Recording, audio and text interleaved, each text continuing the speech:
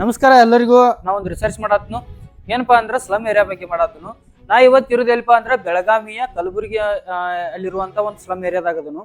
ಬರೀ ಅವ್ರ ಜೀವನ ಯಾವ ರೀತಿ ಐತಿ, ಅವ್ರಿಗೆ ಸರ್ಕಾರದಿಂದ ದೊರೆಯುವಂತ ಸೌಲಭ್ಯಗಳು ದೊರಕಲತ್ತವೇನ, ಅವ್ರಿಗೆ ವೋಟಿಂಗ್ ಪವರ್ ಐತನ, ಅವ್ರಿಗೆ ಧನಧನ ಯೋಜನೆ ಆಗಿರ್ಬೋದು, ಸ್ತ್ರೀ ಶಕ್ತಿ ಯೋಜನೆ ಆಗಿರ್ಬೋದು, ಗೃಹಲಕ್ಷ್ಮಿ ಯೋಜನೆ ಆಗಿರ್ಬೋದು, ಈ ರೀತಿಯಾದಂತ ಯೋಜನೆಗಳು ಅವ್ರಿಗೆ ಮುಟ್ಲತ್ತವೇನ. ಮತ್ತ ಇನ್ನೊಂದೇನಪ್ಪಾ ಅಂದ್ರೆ ಅವ್ರಿಗೆ ಆಧಾರ್ ಕಾರ್ಡ್ ಐತನ, ಅವರು ಯಾವ ಎಷ್ಟು ವರ್ಷದಿಂದ ಇಲ್ಲಿ ಬದುಕಲತ್ತಾರು, ಅವ್ರಿಗೆ ನಿರ್ದಿಷ್ಟವಾದ ಸೌಲಭ್ಯಗಳನ್ನ ಸರ್ಕಾರ ಕಲ್ಪಿಸಿಕೊಟ್ಟೈತನ, ಇದೆಲ್ಲವನ್ನ ಅವರೊಂದಿಗೆ ನೇರವಾಗಿ ಸಂಪರ್ಕ ಮಾಡಿ ನಿಮ್ಮೊಂದಿಗೆ ತಿಳಿಸ್ಕೊಡ್ತೀನಿ. ಬರ್ರಿ ನೋಡ್ಕೊಂಡು ಬರೋಣ.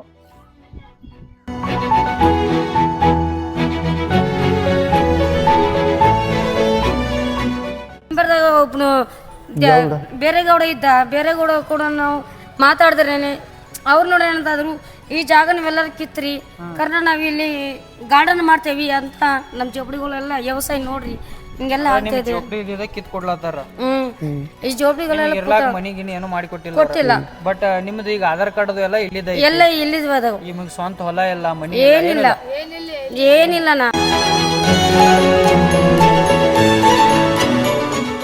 ರಾಜಕಾರಣಿಗಳ ಇವಾಗ ಇಲೆಕ್ಷನ್ ಟೈಮ್ದಾಗದು ಬರ್ತಾರು, ಭೇಟಿ ಕೊಡ್ತಾರು, ಕಾಗಪತ್ರನು ಅದಾವ ಅನ್ನೋ ಒಂದು ಉದ್ದೇಶಕ್ಕಾಗಿ ಜನರನ್ನ ಭೇಟಿ ಕೊಟ್ಟು ವೋಟ್ ಹಾಕ್ರಿ ಅಂತೇಳಿ ಹೋಗ್ತಾರೆ. ಕರೆ ಇನ್ಯಾರು ಅವ್ರ ಕಡೆ ಏನು ಇಲೆಕ್ಷನ್ ಮುಗಿದಿದ್ಲ ಅವಾಗ ಯಾರು ತಿರುಗೇ ನೋಡ್ಬಾರ ಅವ್ರ ಕಡೆ. ಇನ್ನೇನಪ್ಪ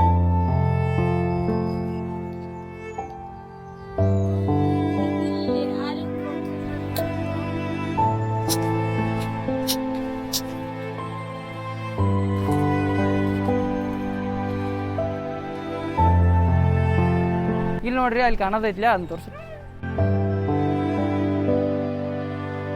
ಒಂದಿಷ್ಟು ಜನಕ್ಕೆ ಏನಪ್ಪಾ ಅಂದ್ರ ಅಲ್ಲಿ ಒಳ್ಳೆ ಒಂದು ಮನಿಯನ್ನ ಮಾಡಿ ಕೊಟ್ಟಾರ ಸ್ಲಮ್ ಏರಿಯಾದ ಜನರಿಗೆ. ಆದ್ರೆ ಇನ್ನು ಕೆಲವೊಂದಿಷ್ಟು ಜನರಿಗೆ ಸುಮಾರು 20ಕ್ಕಿಂತ ಹೆಚ್ಚು ಕುಟುಂಬಗಳಿಗೆ ಯಾವುದೇ ರೀತಿಯಾದಂಥ ಮನಿಗಳ ವ್ಯವಸ್ಥೆ ಆಗಲಿ ಅಥವಾ ರೂಮ್ ವ್ಯವಸ್ಥೆ ಆಗಲಿ ಮಾಡಿಕೊಟ್ಟಿಲ್ಲ. ಇವ್ರಿಗೆ ಕುಡಿಯಾಕ ನೀರು ಸರಿಯಂಗಿಲ್ಲ, ತಿನ್ನಾಕ ಆಹಾರ ಚೆನ್ನಾಗಿ ಸಿಗ್ತಾ ಇಲ್ಲ. ಇನ್ನೊಂದೇನಪ್ಪ ಅಂದ್ರೆ ಇವ್ರದ್ದು ದಿನದ ಕೂಲಿ ಆಗೈತಿ ಇವ್ರದ್ದು. ಒಂದು ದಿನ ಏನಪ್ಪಾ ಅಂದ್ರೆ ಬಾಂಡೆ ಅದು ಮಾರ್ಲಕ್ಕೆ ಹೋಗ್ತಾರೆ, ಒಂದು ದಿನಕ್ಕೆ 150 200 ಬಂದ್ರೆ ಬಂತು ಅವತ್ತಿನ ಹೊಟ್ಟೆ ಅವ್ರು ತುಂಬತೈತಿ, ಬರ್ಲಿಲ್ಲ ಅಂದ್ರೆ ಅವತ್ತಿನ ಹೊಟ್ಟೆ ತುಂಬೋದಿಲ್ಲ. ಈ ರೀತಿಯಾಗಿ ಜೀವನ ಮಾಡ್ಲತ್ತಾರ. ಸರ್ಕಾರ ಎಷ್ಟು ವರ್ಷ ಆಯ್ತು ಬದುಕಲತ್ತೀರಿ ಇಲ್ಲಿ? 25 ವರ್ಷ. 25 ಹುಡುಗರಿಗೆಲ್ಲ ಶಿಕ್ಷಣ ಎಲ್ಲಾರು ಕೆಲವೊಂದು ಕೆಲಸ ಕತ್ತರು, ಕೆಲವೊಂದು ಕೆಲಸ. ಮತ್ತೆ ನೀವು ದಿನನಿತ್ಯಗೆ ಏನ್ ಮಾಡ್ಸಿರಿ? ನಾವು ವ್ಯಾಪಾರ ಉದ್ಯೋಗ ವ್ಯಾಪಾರ ಮಾಡ್ತಾರ.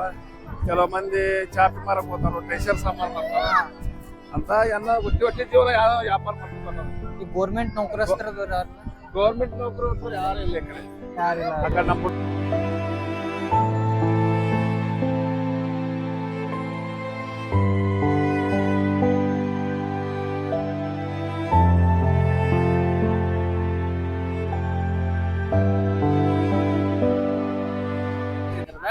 ಸರಿ ಇಲ್ಲಪ್ಪ. ಎಲ್ಲ ಒಗ್ಗೂಡಿ ನೋಡು, ನೀರ್ ಬೀಳ್ತಾವ ಮ್ಯಾಗ್ಲಿಂದ. ಬೀಳ್ತೈತಿ. ಮತ್ತ ಮೆಟ್ಲೆಲ್ಲ ಸರಿ ಇಲ್ಲ. ಮತ್ತ ಇದೆಲ್ಲ ಕಿಟಕಿಗಳು ಎಲ್ಲ ಕಿಡಿಕ್ ಹೊಡೆದ್ ಬಿಟ್ಟಾವೆಲ್ಲ. ನೀವೆಲ್ಲ ಓಟ್ ಹಾಕ್ತಿರಿಲ್ಲ?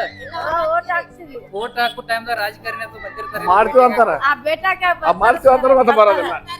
ಅವ್ರ ಅಂತಾರ ಹಾಕುವಾಗ ಕೇಳ್ತಾರ ಅವ್ರು, ಓಟ್ ಹಾಕು ನಾವ್ ಮಾಡ್ಕೊಡ್ತೀವಿ ಅಂತಾರ. ಅಂದ ಓಟ್ ಹಾಕಿದ್ಮೇಲೆ ಅವ್ರು ಯಾರೇನು ಬರಂಗಿಲ್ಲ, ಯಾರೇನು ಸಿಗಂಗಿಲ್ಲ. ಯಾರು ಸಿಗೋದಿಲ್ಲ. ನೀರಿಲ್ಲ ಅಂದ್ರು ನೀರಿಲ್ಲ, ಏನಿಲ್ಲ ಅಂದ್ರೆ ಏನಿಲ್ಲ. ಏನಿಲ್ಲ ಅಂದ್ರು ಕೂಡ ಹಂಗ ಯಾರೇನು ಅನ್ನಂಗಿಲ್ಲ. ಹಂಗ ಹಿಂಗ ಮಾಡ್ಕೊಂಡ್ ಜೀವನ ಮಾಡಕ್ ವಾರಗೊಂದು ಬರ್ತೇವೆ.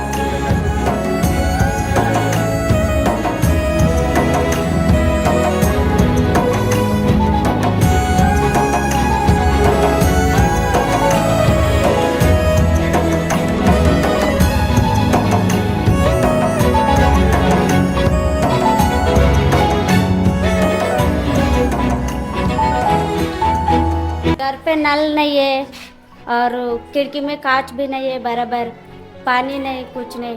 पानी है थोड़ा, उतना नहीं, और नल भी नहीं है, कुछ भी नहीं उतना.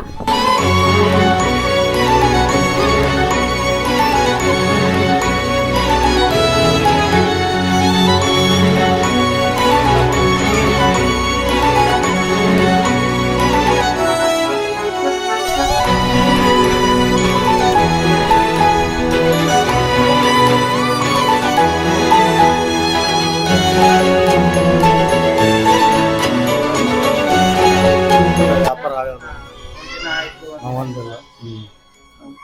ಏನಾಯ್ತು ಒಂದ್ ಸ್ವಲ್ಪ ಇತ್ತು, ಒಂದ್ ಕಡೆ ಏನಿಲ್ಲ, ಎಲ್ಲ ಒಡೆದೊಡ್ದಾಗಿರ್ತವೆ ಈಗ ಎಲ್ಲ ಕಲ್ಲುಗಳಗ ಎಲ್ಲ ಎಲ್ಲ ಇದು ಯಾವ ಮಾಡೋರು ಯಾರಿಲ್ಲ.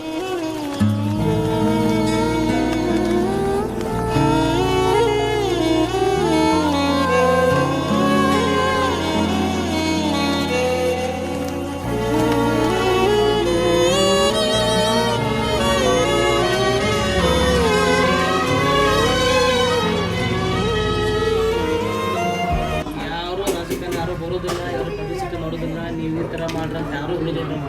ಇಲ್ಲ ನಾವು ಖುದ್ದಾಗಿ ಯಾರು 4 ಮಂದಿ ಹೇಳಿ ನಾವು ಕೇಳೋದು, ನಾವು ಅನುಕೂಲ ನಾವು ಮಾಡಬೇಕು. ಇಲ್ಲಿ ಯಾರು ಕಾರ್ಪೊರೇಟರ್ ನಮ್ಮನ್ನ ಅಟೆಂಡ್ ಬಂದು ಹೇಳೋದಿಲ್ಲ, ಯಾರು ಮಂತ್ರಿಗಳು ಬಂದು ಹೋಗಂಗಿಲ್ಲ. ಇಲ್ಲಿ ಯಾರು ನಾವಾಗಿ ನೋಡೋ ಸರ್ ಇಲ್ಲ ಸ್ವಚ್ಛ ಮಾಡ್ರಿ, ಗಟ್ರ ಪ್ರೈಸ್ ಮಾಡ್ರಿ ಅಂದ್ರೆ ಹ್ಞೂ ಅಂತಾರು ಹೋಗ್ತಾವ್ರಷ್ಟೇ.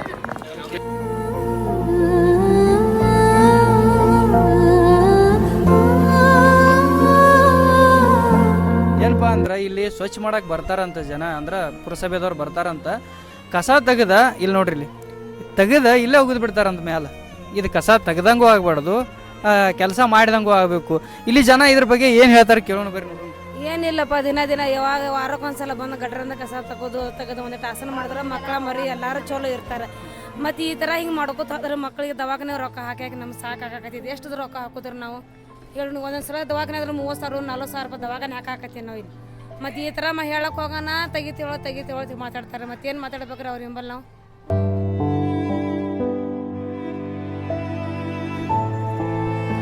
ಸುಮಾರು 300ಕ್ಕೂ ಹೆಚ್ಚು ಫ್ಯಾಮಿಲಿಗಳು ಇಲ್ಲಿ ತಮ್ಮ ಜೀವನವನ್ನು ನಡೆಸ್ಯಾವ.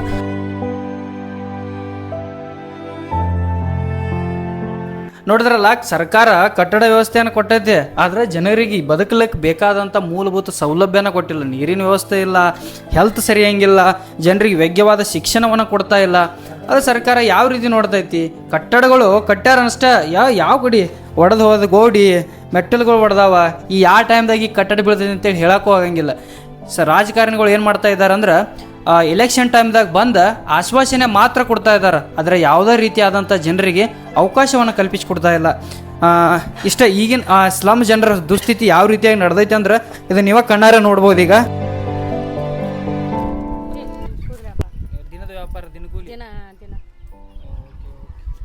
ಮತ್ತೆ ಇದು ಗೃಹಲಕ್ಷ್ಮಿ ಅದು ಬರಲ್ಲ, ಬರಂಗಿಲ್ಲ. ನಮ್ಮ ರೇಷನ್ ಕಾರ್ಡ್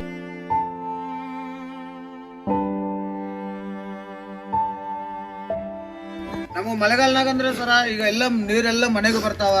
ಇದು ಮನೆ ನೋಡ್ಕೊಂಡು ಇರೋದಂದ್ರೆ ಹುಡುಗರು ನೋಡ್ಕೊಂಡು ಮನೆಗೆ ಅಂದ್ರೆ ಅವ್ರಿಗೆ ಅವತ್ತು ದಿನ ಊಟ ಇಲ್ಲ ಹೋಗ್ಬೇಕು. ಮಳೆಗಂದ್ರೆ ಹೋಗಿ ಜ್ವರ ಏನಾರ ನೆಗಡಿ ಆಗತೈತಿ, ದವಾಖಾನೆಗೆ ತೋರ್ಸಂತೂ ರೊಕ್ಕನೂ ಇರಂಗಿಲ್ಲ. ಒಟ್ನಲ್ಲಿ ಅವ್ರಿಗೆ ಹುಡುಗರು ಹೆಂಗಾರ ಮಾಡ್ಕೊಂಡು ದೇವ್ರ ಮೇಲೆ ಭಾರ ಹಾಕೊಂಡಿರ್ತಿ ಅಂದ್ರೆ ಅವತ್ತು ದಿನ ಊಟನೂ ಇರಂಗಿಲ್ಲ ಅವ್ರಿಗೆ. ಅಷ್ಟು ಬಹಳ ಕಠಿಣ ಪರಿಸ್ಥಿತಿ ಇಲ್ಲಿ ಇರೋ ಮಂದಿ ನಮಗೆಲ್ಲ ಜನ.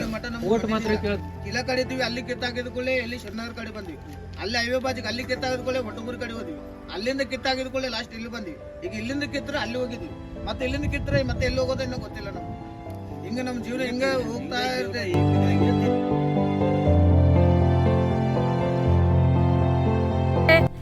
ಅದಕ್ಕೆ ನಮಗೆ ಏನು ಬೇಡ, ನಮ್ಮ ಮಕ್ಕಳಿಗೆ ಅಷ್ಟು ಸಾಕು. ನಾವು ಇವತ್ತು ಮಣ್ಣಾಗ ನಾಳೆ ಅಷ್ಟೇ, ಅದಕ್ಕಿಂತ ಮುಂಚೆ ನಮ್ಗೇನು ಬೇಡ.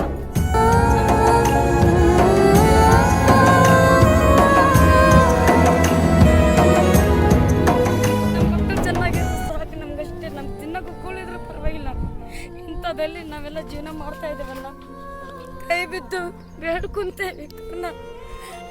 ನಮ್ಗೆ ಸ್ವಲ್ಪ ನಿಮ್ಗೆ ದಯಮಯ ಇದ್ರೆ ನಮ್ಗೆ ಸ್ವಲ್ಪ ನೋಡ್ರಪ್ಪ, ನೀವು ಬರ್ತೈತಿ.